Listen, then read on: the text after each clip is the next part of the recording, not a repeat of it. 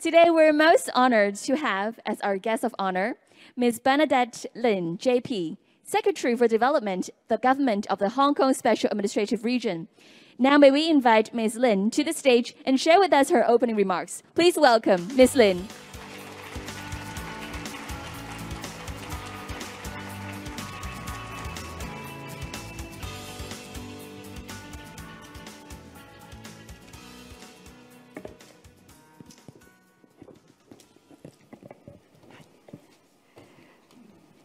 Donald, Hawaii, distinguished speakers and guests, ladies and gentlemen, good morning.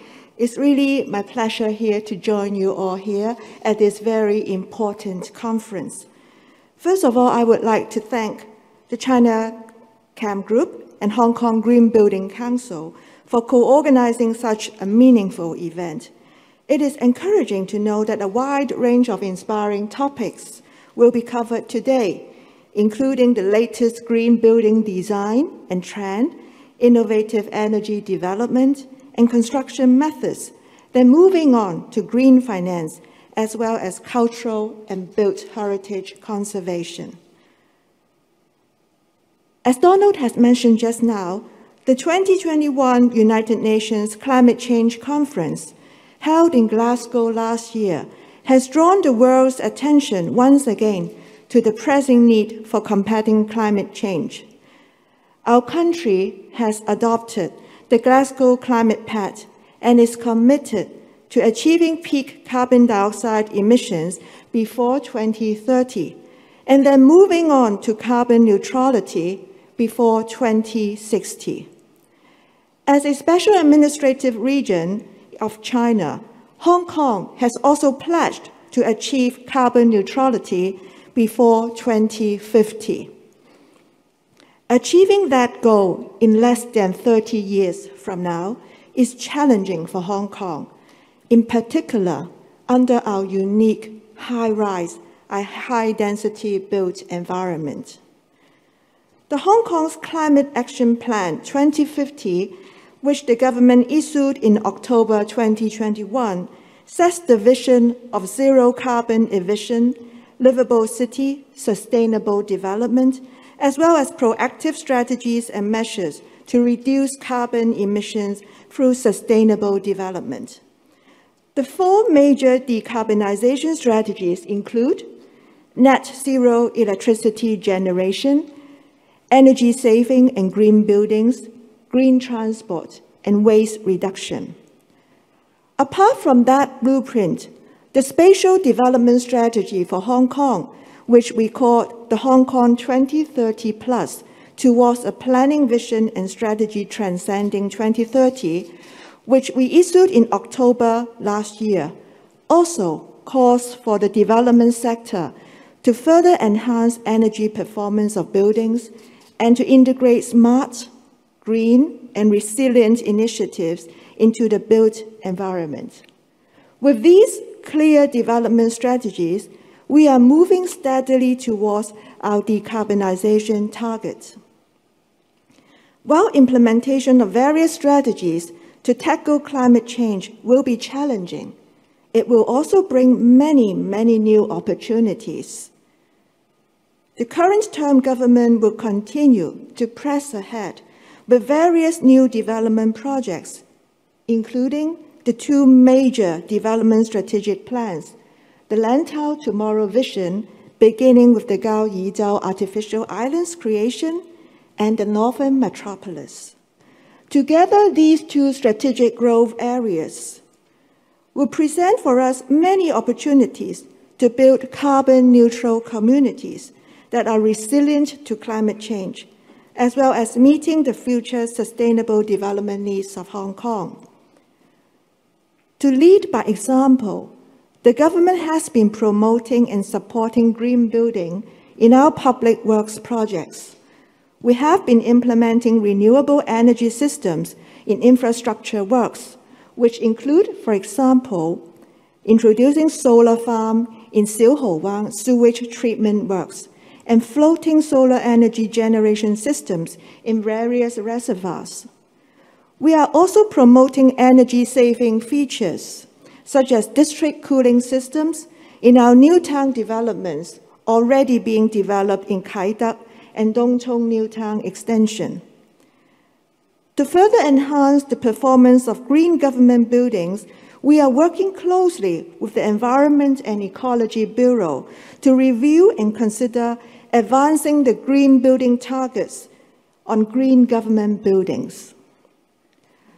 To further promote green buildings in the private sector, the Buildings Department is finalizing the implementation details of the new gross floor area concession mechanism.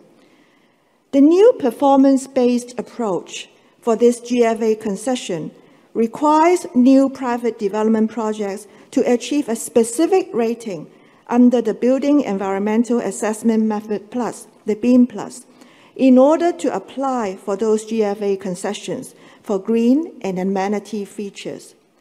We believe that the new mechanism will further promote green and low-carbon buildings in a more flexible, diverse, and effective manner, which complements our target to achieve carbon neutrality before 2050 in Hong Kong. Buildings Department aims to launch the new GFA concession mechanism in early 2023. About a month ago, I visited the MIC mock-up of Chinachem Group's Tung Ging Kai Street project, which is the first high-rise private residential project in Hong Kong adopting MIC. The project team advised that the adoption of MIC not only shortens the construction time by 30%, but also reduces construction waste by some 68% and construction noise by some 75%.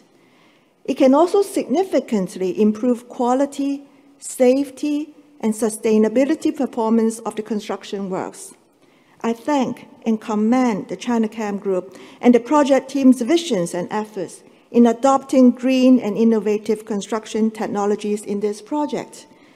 Indeed, I am pleased to learn that more developers have expressed interest in adopting MIC in their products. With the implementation of enhanced facilitation measures by the government, including 10% GFA concession and site covering concessions, as well as the relaxation of building height restriction promulgated in July this year, the Lands Department also issued the practice note on standard rate for MIC last week. We are expecting and would be glad to see that more and more MIC projects will come to enhance the environmental performance of our built environment. I'm excited to learn from Donald that Chinachem is now planning the second MIC project, having the number of flats 10 times that of the Tonkin Street project. I hope that there will be many, many more such MIC development projects from the private sector to come. Ladies and gentlemen, climate change is an issue we have to overcome, and it is one which no one can tackle by isolated efforts. Today, I am much encouraged by the large turnout here and by the commitments and collaborative efforts of many industry stakeholders in the move towards sustainable built environment. Just now in his opening introduction, Donald, perhaps maybe it's a slip of the tongue. You mentioned an audience of 22,000, but let me assure you, this is a visionary slip of the tongue. Let us try to work on an occasion one day to come when we will indeed engage tens of thousands of people in our community to join hands together on this important initiative of sustainable development. We can do that if we have the vision. So last of all, may I take this opportunity to thank all of you once again for your amazing contributions, and I wish the conference every success. Thank you. Thank you very much, Ms. Lin.